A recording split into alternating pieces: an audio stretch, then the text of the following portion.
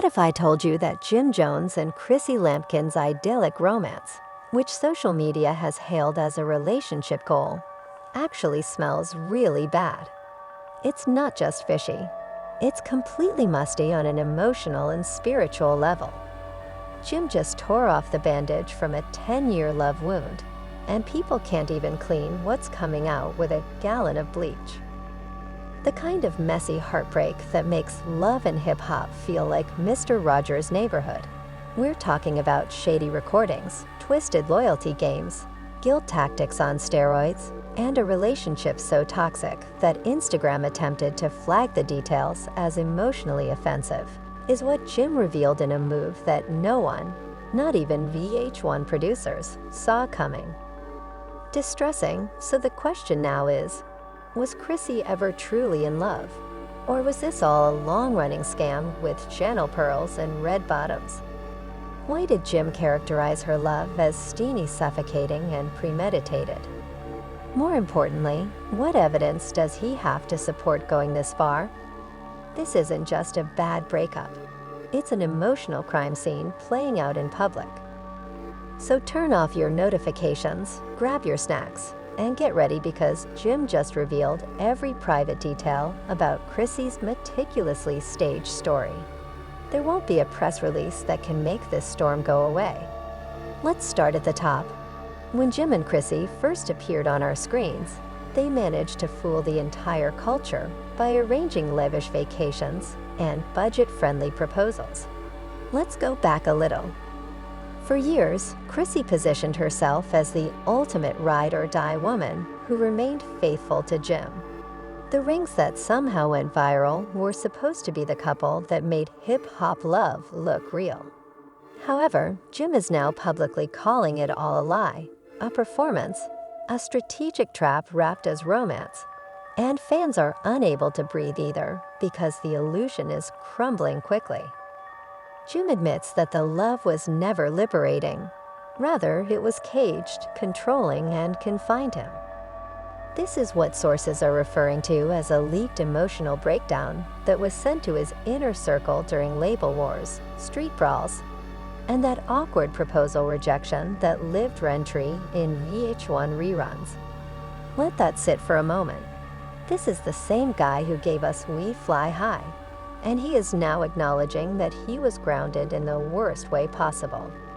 He claims that their entire romance was based on mind games, emotional blackmail, and affection that came with strings. Jim said all of this under false pretenses. That's correct. Jim dropped so many emotional bombs during a sealed deposition related to a different VH1 lawsuit that the court stenographer had to call a break. One court official described his voice as exhausted, but at last free. This wasn't testimony. Rather, it was a full-blown purge with evidence. Let's talk about receipts, which apparently show that Chrissy kept a thorough relationship log. She allegedly used the spreadsheet as a weapon during fights, once responding to Jim's request for space with the words 82 on 311 by 47, which means I'm not going anywhere this ain't love. The ledger is a literal spreadsheet that records every penny she has ever spent on Jim, flights, clothes, bail money, haircuts, grills, and even teeth whitening trays. One executive reportedly asked, "Is Jim attached to this project?" To which Chrissy replied, "No, but it's my version of events." And that's precisely when the beauty influencer, who is the subject of the documentary series, allegedly shopped around to 3 networks without including Jim Jones. Even though the deal fell through, this isn't the end of the mess. This is where the lines between public scandal and outright sabotage begin to blur, because what happened next wasn't just shade. It was a courtroom earthquake. Cameron entered the courtroom as if Karma herself had called him, without a PR smile or showbiz strut, just cold precision and a file folder marked. One courtroom staffer compared Cam's arrival to a calm before a legal hurricane, describing it as if he had come to settle old scores and bring receipts. Confidential C+ day, and inside that folder of evidence, so heavy Chrissy's carefully curated empire didn't just tilt, it started crumbling. The first page of the folder everyone froze showed a high-resolution bank scan, but it wasn't under Jim's or even Chrissy's name. It read Christina Santiago, with the same birth date and address, and it had previously been connected to Chrissy's former beauty line. However, the account offshore Cayman Islands had suspicious transactions totaling $25,000, $50,000, and occasionally $80,000, all of which were tagged as consulting services for a TV company that doesn't even exist in any legitimate documents by the fourth page. A juror asked for a break. No joke, but Cam just warmed up before revealing another shocking revelation. An invoice trail connected to a women's empowerment organization Chrissy led during her alleged comeback period. Cam's legal team provided incriminating information about nearly $190,000 in donor funds that were purportedly transferred to private companies connected to. How did Chrissy's personal brand spend that money on glam squaws, promo shoots, image consultants, and even a line item titled Reunion Episode Wardrobe? According to reports, Chrissy used charity money to stunt on reality TV. By this point, she appeared to be short-circuiting, with her jaw clenched and her fingers twitching. Her lawyer leaned in and whispered something, but she didn't. "I told you that if Cam talks, we're done because he has backups and proof." I told Jim to turn off the phone, but he refused, so I walked away. Then the video showed a pixelated hotel hallway in Miami, with Chrissy in stilettos pacing as if she had just received bad news. The audio was muffled but deadly clear. Fell silent. Chrissy's attorney immediately raised a privacy objection, and the prosecution clapped back. The video was legally obtained through a subpoena, and the judge allowed it to be used as evidence because, as Chrissy feared, her entire image of the strong ride-or-die woman was dissolving and being replaced by a portrait of deceit, manipulation, and possibly fraud. Then the last dagger walked. Chrissy, a former VH1 production assistant, would bribe us by slipping cash under the table to cut scenes that made her look bad. I witnessed her threaten a senior editor, telling him once that if he aired that footage, he would never work again. The jury flinched, and Chrissy finally buried her face in her palms, but C wasn't done yet. She submitted false invoices and claimed travel reimbursements for shoots that never took place. One trip was to Turks and Caicos, which she described as script development. But I was there for her birthday, and throughout it all, Cam sat in silence in the gallery, showing no emotion or smirk. Just icy composure, like a man who didn't need to speak anymore because the truth was now yelling into the courtroom speakers, while outside the courthouse chaos, vloggers were live streaming on Instagram, sharing updates every 2 minutes, and Twitter was on fire. The memes were ruthless. One featured Chrissy in mid-cry, captioned, "When you bet the house on manipulation, and it goes for closure." Another featured Cameron strolling, out in shades with courtroom cam reality TV cam, but the most brutal split photo was the one on the right side of the courtroom sketches with the headline Power Couple, or Power Scam, which showed Jim and Chrissy grinning during the VH1 years. At the height of the drama, a black SUV pulled up to the side entrance of the courthouse, outstepping Jim with only a hoodie and shadows under his eyes. He entered the courtroom with a calm determination, walked right past the cameras, and sat behind Cam with his arms crossed and his lips pressed together. The judge saw him and asked, "Would you like to speak?" Jim calmly and quietly replied, "I just want the truth out I didn't know." That was all it took, Chrissy stood, turned, and whispered something inaudible. Jim didn't answer, so he simply left again. Shortly after, that video went viral, receiving tens of thousands of reposts and thousands of TikToks, tabloids with bold red headlines. Jim leaves Chrissy in complete silence, and Chrissy breaks down. After Jim's final glance, Cameron didn't drop bombs. Instead, he dropped a whole firestorm. You believed that the chaos had reached its zenith, but the court wasn't finished yet. An additional piece of evidence was presented, this time a voice recording from Mama Jones herself, time-stamped from just the previous year. The message was quiet but profound. You believe that woman loves you because she loves to control you. Wake up before you lose your soul and your money. It's poetic, brutal, and right to the bone. And guess what? Because prosecutors immediately dropped the hammer and joined forces with federal authorities to delve deeper into Chrissy's financial history, after receiving that memo, the judge didn't just nod along, he ordered action. That's right, subpoenas were being sent out to target old production budgets, nonprofit filings, and business records dating back years, which her former business manager was officially under. The courtroom literally froze as Chrissy collapsed into her chair.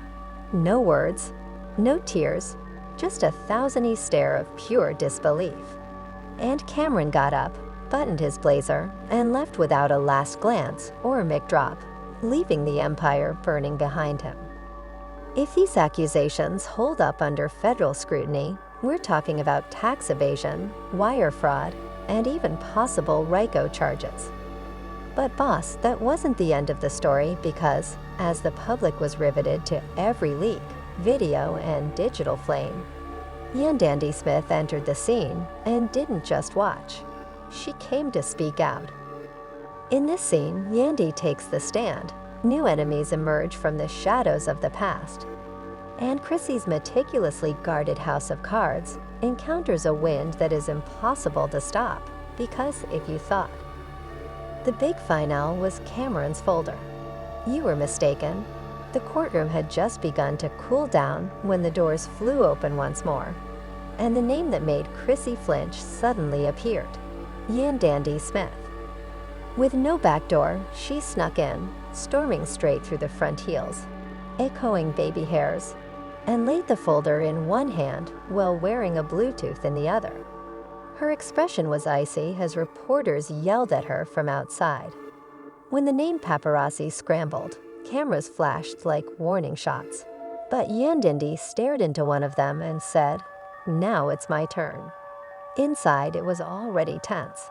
Chrissy looked cracked, without makeup, and wore a low-faced hoodie, as if the world was closing in. Jim and Cameron had left the bench, and even Mama Jones had left. But Yandandy was locked in after being sworn in. She lit the match when she said that during the 2013 and 2014 LHA seasons, Chrissy allegedly ran a backstage narrative control ring. What does that mean? Bribes, threats, pressure on editors, and pressure on producers, all purportedly intended to change the narrative. I kept my mouth shut for 10 years out of respect, but today I speak to survive. One moment during a reunion taping, when I had a panic attack backstage, made Yandy the antagonist while hiding Chrissy's real-life mess. She told production that I was being extra for screen time, but she omitted the fact that she was the one who told my ex where I would be so he could corner me. Surveillance caught it, and they cut the footage. Chrissy blinked once and then looked at the floor as if it would swallow her, but Yandandy wasn't even halfway done. She took out emails that were time-stamped and legitimate, one of which was from Chrissy to a showrunner, and said, "If I look bad, the whole show looks bad, clean it up." Another Yanda's used to backlash, but she'll survive. I won't, boss. This was dark arts PR warfare, not drama. Next, Yandy's legal team gave over an old phone that, according to reports, Chrissy used to talk to off-the-record insiders during her tenure on the show. The phone contained texts that coordinated fake drama, paid feuds, and hush money for backup cast conversations about which footage to bury. One of the messages said, "Pay her $1,500, tell her it was a wardrobe refund, and have her sign something to prevent her from speaking. The courtroom froze, and then the unexpected turn of events revealed that Yandandy and Cameron had been working together for months to create a digital forensic trail and timeline of all the shady actions Chrissy was allegedly involved in from 2011 to. Twitter exploded once more right now, with hashtags flying like confetti. Yandandy unfiltered Chrissy Gate, the real love, and hip-hop strategic silence. No more blogs posted side-by-side memes, and Yandandy on the stand with pearls shining like a CEO's posture. Top broke it down frame by frame, with one user writing, "She didn't clap back, she held the hole." After 10 years of thunderstorm, another Yandandy took screenshots of scenes from Marvel Reveals post-Reddit. And just when Chrissy was about to lose it, the prosecution released the last audio file, which was forensically confirmed to be a 2019 clip of Chrissy speaking on the phone with a VH1 producer. If we reveal anything about Jim's depression, it will divert attention. When the world thought Jim had dipped for good, he reappeared in court with his legal team by his side. No chains, no talk, just exhausted eyes and legal folders. His mental health makes me look like a saint, and even the judge took a deep breath. Jim's final blow was when he looked like he was about to pass out. "I just want the record straight. I didn't know," he added, standing and glancing at Chrissy. 4 words Chrissy crumbled. She stood, mouthed something toward him, "Maybe, please." That clip went viral. TikTok stitched its reels, and Twitter declared it the quietest microphone. Jim shook his head and left again. Jim turned in a stack of documents, including bank records, asset documents, property deeds, and a personal letter detailing years of alleged financial abuse and manipulation. However, he wants to make sure that nothing related to him is dragged into lawsuits or criminal investigations. "I didn't want to see it, but in retrospect, it wasn't love. Rather, it was survival for her." Chrissy just stared at the floor, unresponsive and unblinking, and the court wasted no time in slamming down the gavel and declaring that there was sufficient justification to launch a criminal investigation into claims of fraud. Coercion and financial misconduct, Ms. Lampkin is hereby prohibited from traveling and is required to relinquish control of all active business accounts with immediate effect. Her businesses immediately locked down her image, ruining Chrissy and Jim's love story. And just when it appeared that the story was over, Mama Jones released a trailer, yes, a real teaser for her. They attempted to erase me in the opening line of their own documentary series, but I managed to save everything. This includes the eerie music, grainy black and white footage of Chrissy at invite-only parties, and narration about how some women create their own legacy while others take over someone else's.